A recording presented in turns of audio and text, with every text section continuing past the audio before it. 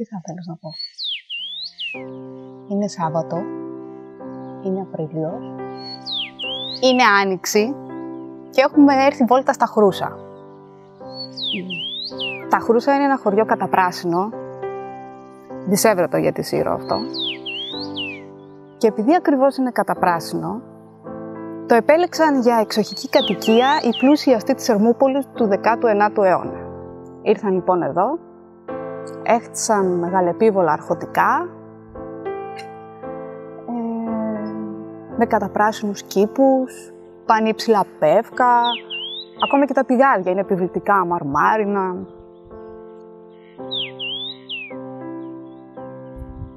Έφτιαξαν πλακώσουν τα δρομάκια. Όλα αυτά για να δείξουν έτσι μεγαλείο, δόξα.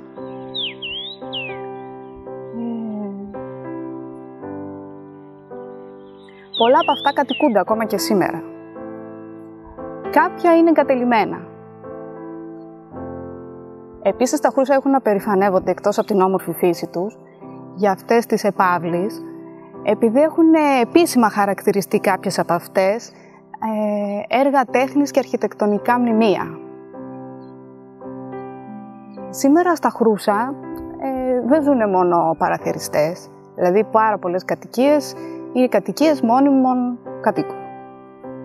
Σύμφωνα με τα Μητρώα, δηλαδή με τις επίσημες καταγραφές, η πρώτη εξοχική κατοικία νεοκλασικού τύπου βρίσκεται εδώ στα Χρούσα, είναι η οικία Κάλλας.